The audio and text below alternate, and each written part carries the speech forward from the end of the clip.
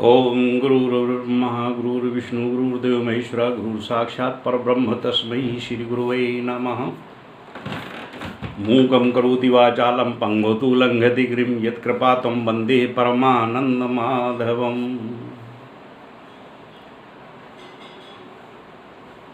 आज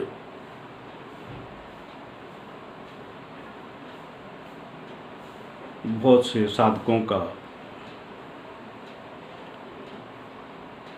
एक चिंतन सामने रखा है उन्होंने, और वह चिंतन स्वाभाविक है, परंतु वो स्वाभाविक प्रक्रिया को कितनी जटिलता के साथ में हल किया जाता है, कैसे प्राप्त किया जाता है, उसका उल्लेख मैं आज करने जा रहा हूँ। वह है सिद्धाश्रम प्रवेश की प्रक्रिया।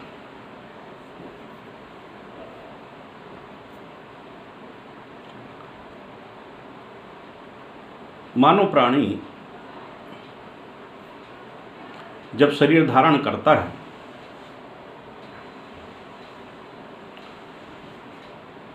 तो शरीर धारण करने के उपरांत उसमें जो आत्मा निहित होती है, जो उस शरीर को संचालित करती है, क्योंकि उस आत्मा को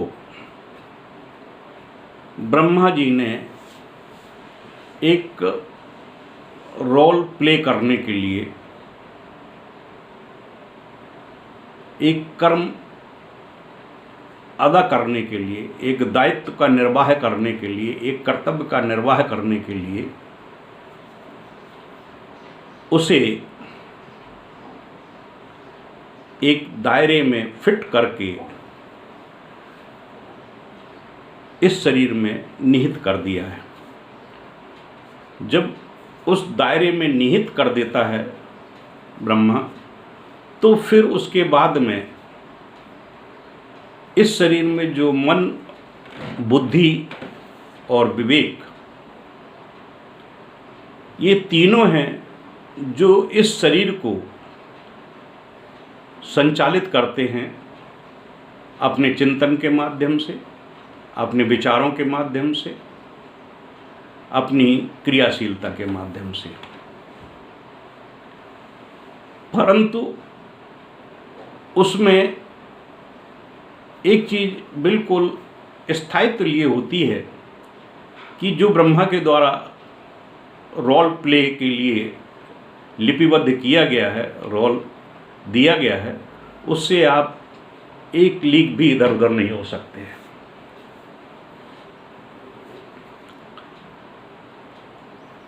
ये हुई पहली बात। दूसरी जो प्रक्रिया है कि मानव प्राणी को, यानी ब्रह्मा के द्वारा जितनी भी सृष्टि का निर्माण किया गया है उसमें मानव प्राणी सर्वश्रेष्ठ है, और उसको कर्म करने का, और कर्म से जो पुण्य अर्जित होता है, पाप अर्जित होता है, उसको करने का अधिकार केवल मानव प्राणी को प्राप्त हुआ है। अन्य किसी प्राणी को यह दायित्व नहीं प्राप्त हुआ है। इसलिए मानव प्राणी कर्म करने के लिए स्वतंत्र होता है। वह कर्म कैसे करेगा, यह उसके मन, बुद्धि, विवेक पर निर्भर करता है कि उसकी चयन क्रिया क्या है, उसकी विश्लेषणात्मक क्रिया क्या है, उसकी जो चयन और विश्लेषणात्मक क्रिया है वो पॉजिटिव है या नेगेटिव है। जब उस पॉजिटिव नेगेटिव को लेकर वो चलता है, पॉजिटिव होता है तो वो अध्यात्म मार्ग को पकड़कर अपने इस शरीर को पूर्णत्व देने के लिए प्रयास करता है और एक सक्षम गुरु की खोज करता है। जब सक्षम गुरु मिल जाता है तो उस सक्षम गुरु के सानिध्य में वह जीवन की पूर्णत्व को प्राप्त करने के लिए तत्पर होता है। और जो दूसरे प्रकार के व्यक्तित्व होते हैं जो अपने कर्म दायित्व और कर्म क्षेत्र को नेगेटिविटी के रूप में लेते हैं, वह अधर्म युक्त कार्य करते हैं, मानव प्राणी के द्वारा जो कार्य निर्धारित किए गए हैं उनसे विपरीत करने का कार्य करते हैं, तो उनको नेगेटिविटी प्राप्त होती है। उनकी ऊर्जा और उनके आत्मा में मल इकट्ठा होना शुरू हो जाता है और वो अनास्तिक रूप में चलते हैं। ये चैप्टर बिल्कुल अलग हो गया। इस चैप्टर को हमें छूना नहीं है, हमें केवल यह छूना है कि हमें अध्यात्म मार्ग पर चलते हुए पूर्णत्व को कैसे प्राप्त करना है। जब वह उत्तम गुरु की खोज कर लेता है और वह उत्तम गुरु, श्रेष्ठ गुरु जो साधना सिद्धियों में सिद्धस्त होता है और पूर्णत्व को प्राप्त किए हुए होता है, तो उसके सानिध्य में जो भी शिष्य शरीरम साधति या पात्यति का एक सूत्र लेकर उनके शरणागत होता है और उनके द्वारा बताए गए मार्ग पर पूर्ण आस्था, निष्ठा, समर्पण के साथ में अग्रसर होने की चेष्टा करता है, वह अपनी मन, बुद्धि, विवेक को एक कोने पर पोटली बांध कर रख देता है और केवल गुरु के वचनों का पालन करते हुए अध्यात्म पथ पर अग्रसर होता है। क्योंकि गुरु कुम्हार है और शिष्य माटी का लोंदा। यदि माटी का लोंदा कुछ कहे कि मैं कुछ बनना चाहता हूँ, तो कुम्हार यदि बनाना चाहेगा और वो मचल जाए कि नहीं मुझे घड़ा नहीं बनना है, मुझे सुराही बनना है, तो वह संभव नहीं है।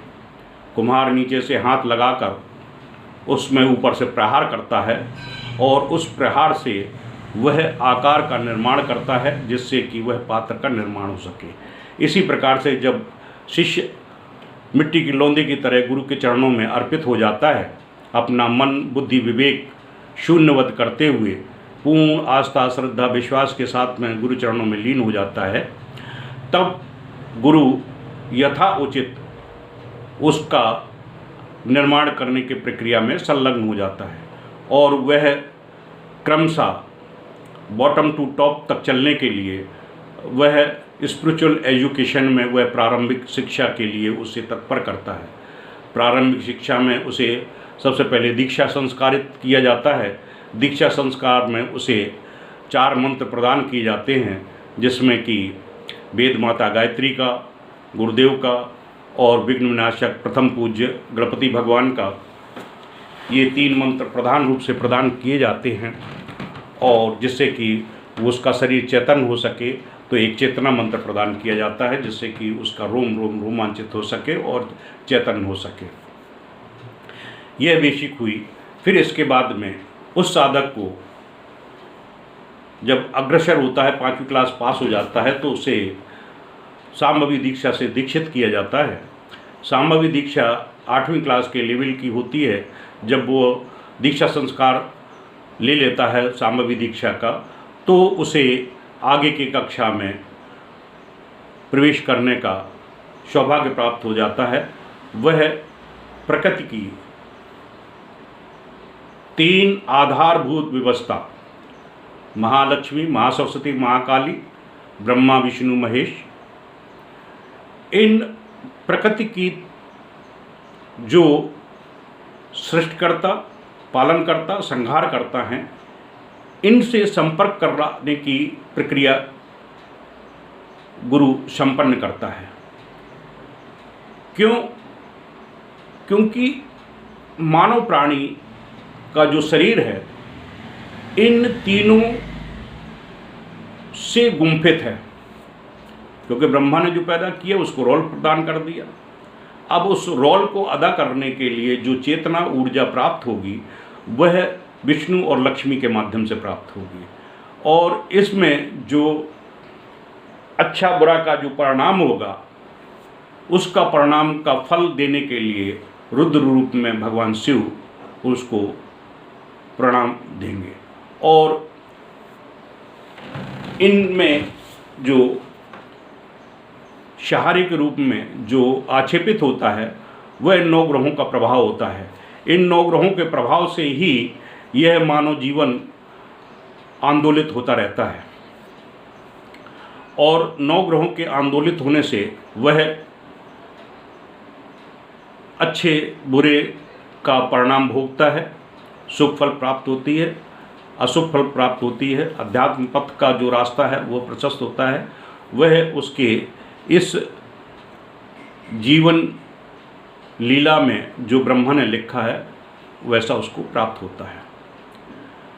अब जब तीसरा चरण प्राप्त होता है उस साधक का, तीसरे चरण में गुरुदेव की पूर्ण कृपा प्राप्त होती है तो उसे क्रिया योग में दक्ष करते हुए उसकी कुंडली को ऊर्ध्वगामी बनाने के लिए गुरु चेष्टारत होता है और उसे मूलाधार, स्वाधिष्ठान, मणिपुर चक्र, अनाहत चक्र, विशुद्ध चक्र और आज्ञा चक्र को जागृत करते हुए शस्त्राभिधन की प्रक्रिया में प्रवृत्त करता है। और यह योग की दक्षता जब शिष्य गुरु चरणों में पूर्ण समर्पित हो जाता है तभी उसको यह चीज़ प्राप्त होती है। और जब पूर्ण रूप से उसकी कुंडली जागृत हो जाती है, मणिपुर चक्र जागृत हो जाता है, उसमें अमृतत्व की प्राप्ति हो जाती है और वह सृष्टि बीज को अपने आप में स्थापित करते हुए उस सृष्टि बीज को इस ब्रह्मांड में व्याप्त करता है। तो ब्रह्मांड में जो भी ज्ञान, चेतना, ऊर्जा है वह उसके शरीर से जुड़ जाती है। इसके बाद अनाहत चक्र जैसे ही उसका जागृत होता है तो टेलीपैथी के माध्यम से, संचार व्यवस्था के माध्यम से इस ब्रह्मांड में हो रही घटनाओं को वह प्रत्यक्ष रूप से हस्तक्षेपित कर सकता है, सुन सकता है, उसमें विचरण कर सकता है और उसको शस्त्रास्त्र साधना संपन्न हो जाती है। वह एक शरीर से कई शरीरों को विभक्त करते हुए एक ही समय में एक स्थान पर से कई स्थानों पर अपने शरीर को स्थापित करते हुए वहाँ उस कार्य को संपन्न करने की चेष्टा कर सकता है। फिर इसके बाद में जब साधक अनाहत चक्र की प्रक्रिया को पूर्ण कर लेता है तो उसका विशुद्ध चक्र जागृत हो जाता है। विशुद्ध चक्र जागृत होने के माध्यम से उसमें कावित्य की प्राण चेष्टा आ जाती है।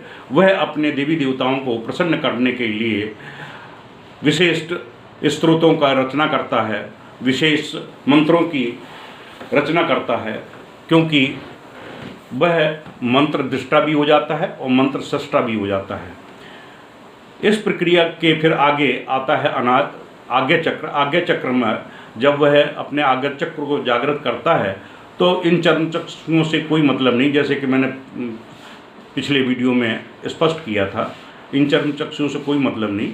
जब हमारे आज्ञा चक्र में तीनों नाड़ियाँ, मेरुदंड से आने वाली सुषुम्ना और उनके दोनों ओर से आने वाली सर्पाकार रूप में इड़ा और पिंगला नाड़ी, इन तीनों नाड़ियों का संगम बिंदु है आज्ञा चक्र। यह 3 दलों से इस तरह से मिला हुआ है, जैसे मैंने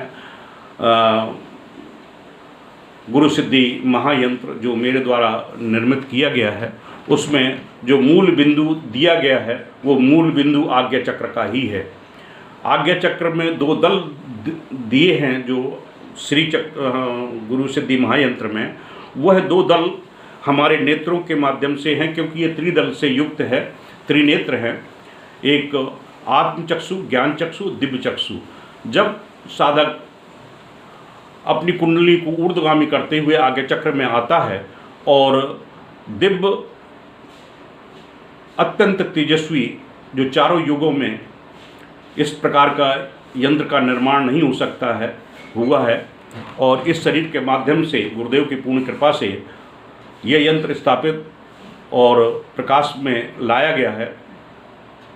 तो इसमें जो आज्ञा चक्र का जो बिंदु दिया गया है कि वहाँ तक साधक स्वाभाविक रूप से पहुँच जाता है और उसकी आत्मचक्षु, ज्ञान चक्षु, दिव्य चक्षु जागृत हो जाते हैं।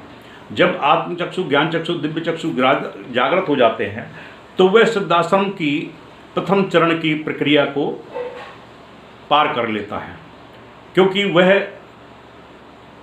सिद्धाश्रम में बैठे हुए योगी, ऋषि, मुनि, तपस्वी और गुरुदेव से पूर्ण साक्षात्कार की स्थिति पैदा कर लेता है, उनसे ज्ञान अर्जित कर लेता है, उनसे अब वार्तालाप कर सकता है, उनसे मार्गदर्शन प्राप्त कर सकता है और उस मार्गदर्शन से वह साधनाओं को संपन्न करते हुए और उनकी कृपा से शस्त्राभेदन की क्रिया संपन्न कर लेता है। यह सिद्धाश्रम प्रवेश का प्रथम चरण पूर्ण हो जाता है। अब द्वितीय चरण में वह महाविद्याओं में प्रवेश करता है। जब महाविद्याओं में प्रवेश करता है तो सिद्धाश्रम प्रवेश की बेसिकल एजुकेशन है कि 2 महाविद्याएं, 10 महाविद्याओं में से 2 महाविद्याएं प्रत्यक्ष रूप से उसको सिद्ध होनी चाहिए, तीसरी महाविद्या उसको सहायक रूप में सिद्ध होनी चाहिए, जैसे कि छिन्नमस्ता, काली या बगलामुखी। क्योंकि इस ब्रह्मांड में देव, दानव, यक्ष, गंधर्व, किन्नर और विशिष्ट प्रकार के देवी देवता जो सिद्धाश्रम प्रवेश करने में तुम्हें छल, कपट या अन्य किसी प्रकार से बाधा उत्पन्न करने की चेष्टा करेंगे, तो उनमें सक्षमता होनी चाहिए। जैसे कि छिन्नमस्ता में वज्रोली साधना करते हैं तो उसका शरीर वज्र की भांति कठोर हो जाता है कि ब्रह्मांड में कोई भी शक्तियाँ उसे आक्षेपित नहीं कर देती हैं। जैसे कि मैंने कई साधकों को काली का बृहद मंत्र एक दिया हुआ है, जो उस काली हृदयगम साधना को संपन्न करता है, उसका शरीर भी इस ब्रह्मांड में कहीं भी विचरण कर सकता है, शरीर उसे किसी प्रकार की कोई हानि पहुंचाने में सक्षम नहीं होता है। साथ ही बगलामुखी का भी मंत्र मैंने दिया हुआ है, वीडियो में बनाया है, जो रक्षा सुरक्षा के लिए अत्यंत दिव्य है। तो जब महाविद्याएं जब साधना संपन्न करते हैं तो महाविद्याओं में 2 महाविद्याएं जब प्रत्यक्ष रूप से सिद्ध हो जाती हैं तो साधक में वह ऊर्जा हो जाती है कि वह शरीर और सूक्ष्म शरीर दोनों के माध्यम से सिद्धाश्रम प्रवेश के लिए एलिजिबल हो जाता है, योग्य हो जाता है।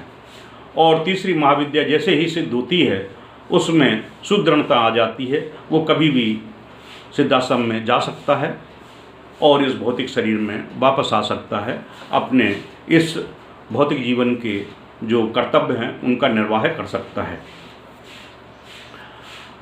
जब साधक सिद्धाश्रम में प्रवेश करता है तो मैं कुछ अंश वहाँ का विवरण दे देता हूँ कि जब सिद्धाश्रम में प्रवेश करता है तो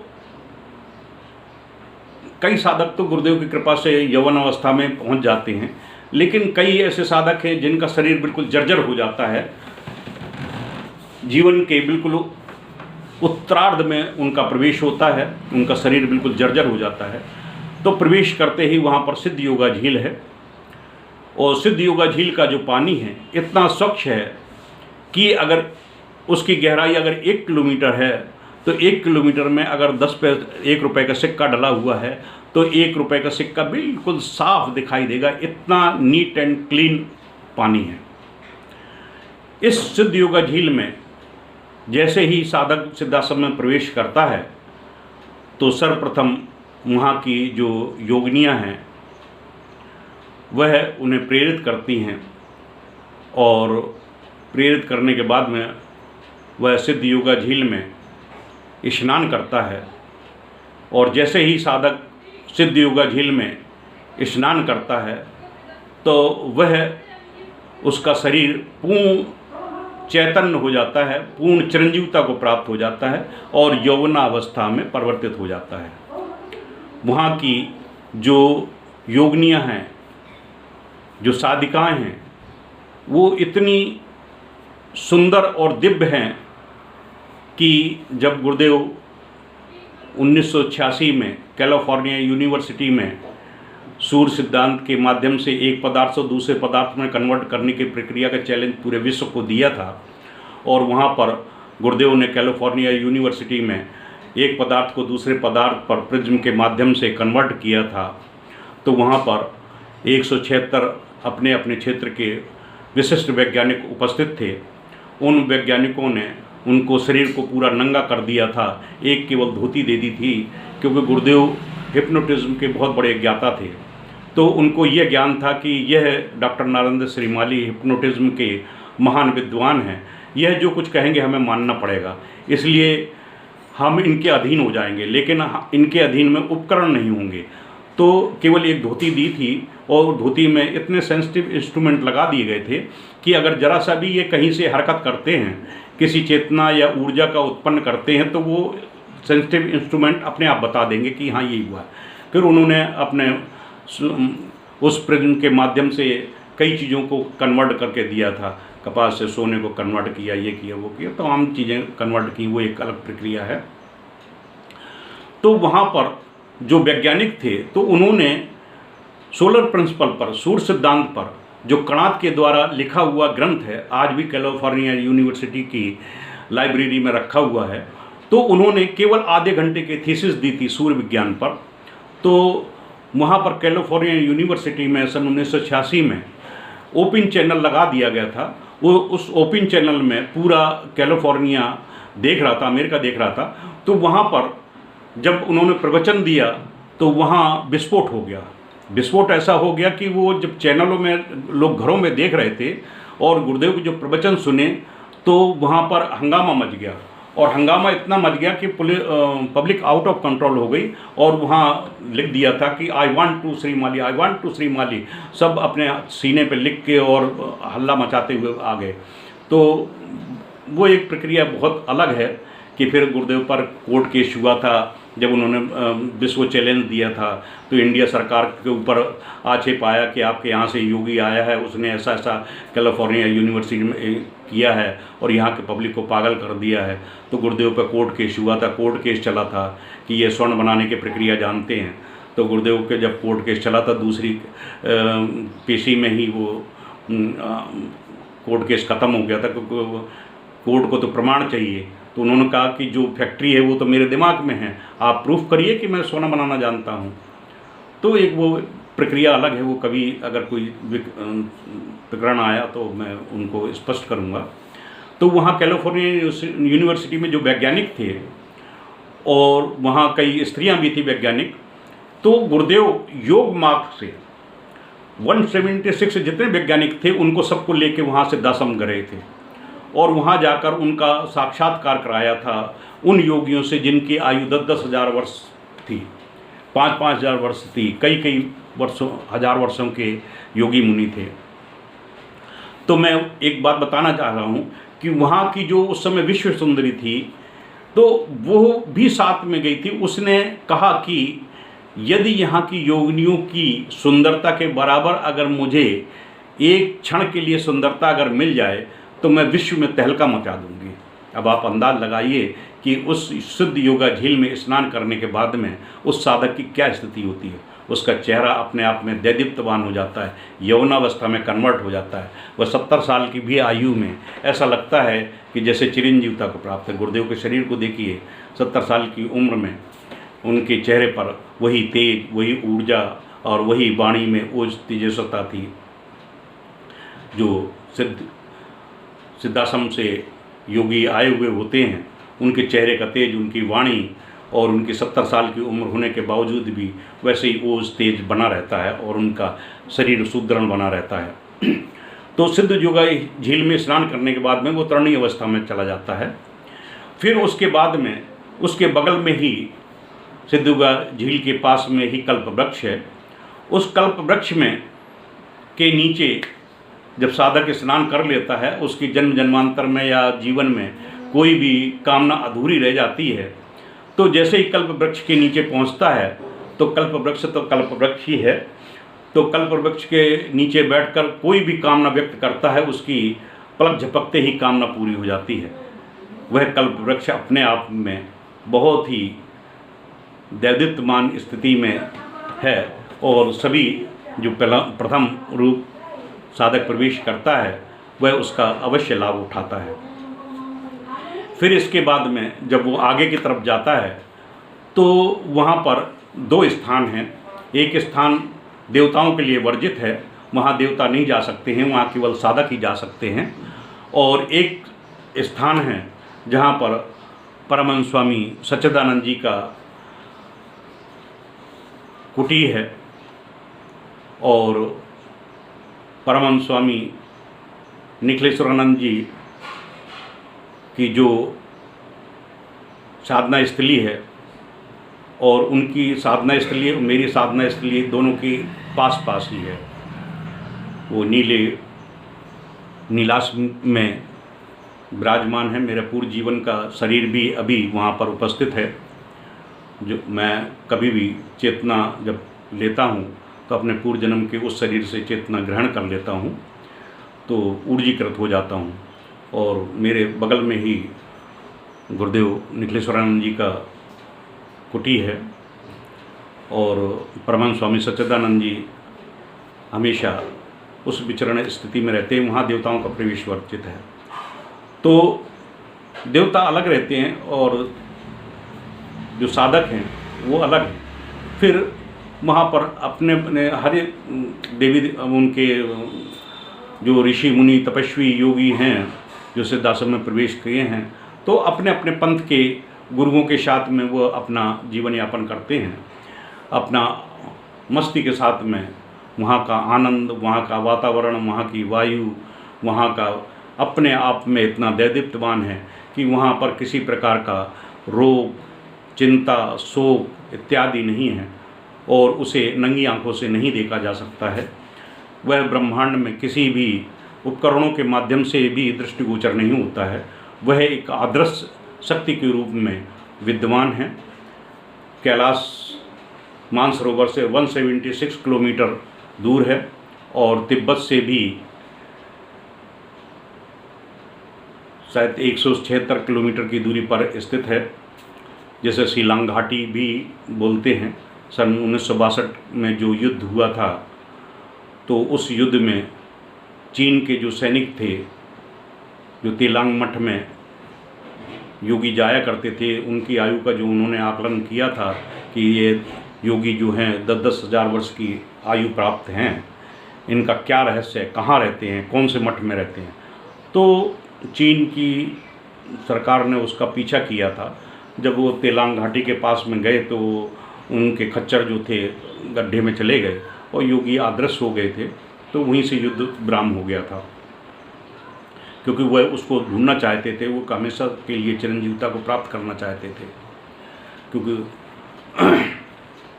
तो ये सिद्धाश्रम प्रवेश की जो हमने प्रक्रिया बताई, यह अत्यंत ही सरल और सौम्य है। और गुरुदेव ने अपने प्रवचनों में भी कई बार इस चीज़ का जिक्र किया था और मैंने गुरुदेव के वही शब्दों को एक यूट्यूब में उनके ही कथन का मैंने विवरण भी दिया है, लेकिन उनकी जो ऑडियो है वो सही ढंग से आई नहीं है। तो मेरा मन किया था कि मैं सिद्धाश्रम पर आज कुछ प्रकाश डालूं, जिससे कि आम साधकों को लाभ प्राप्त हो सके, उनको ज्ञान हो सके कि सिद्धाश्रम भी एक ऐसी जगह है जो साधकों का एक परम लक्ष्य होता है कि पूर्णत्व प्राप्त करने का क्या उद्देश्य है। पूर्णत्व किसे कहते हैं? तो पूर्णत्व उसे कहते हैं जो शरीर इस शरीर से सिद्धाश्रम में प्रवेश करे, वही पूर्णत्व कहलाता है। क्योंकि वहाँ सिद्धाश्रम प्रवेश करने के बाद में ब्रह्मांड की कोई भी साधना सिद्धि उससे वंचित नहीं रह जाती है। यह सब साधना अपने आप में परिपक्वता की एक अंतिम परिणति है। यह सिद्धाश्रम प्रवेश की प्रक्रिया है जो मैंने आपके सामने व्यक्त की है। यह गुरुदेव की कृपा है और गुरुदेव का आशीर्वाद है कि उनके सानिध्य में सिद्धाश्रम प्रवेश की प्रक्रिया इस शरीर को प्राप्त हुई है। और मातंगी माँ ने तो मुझे 86 में बताया था पिछले वीडियो में कि उससे पहले मातंगी मुझे ले गई थी। तो सिद्धाश्रम तो अपने इष्ट की जो कृपा होती है वो सब कुछ सुलभ करा देती है। अब मैं वीडियो को यहीं विराम देता हूँ। जय गुरु।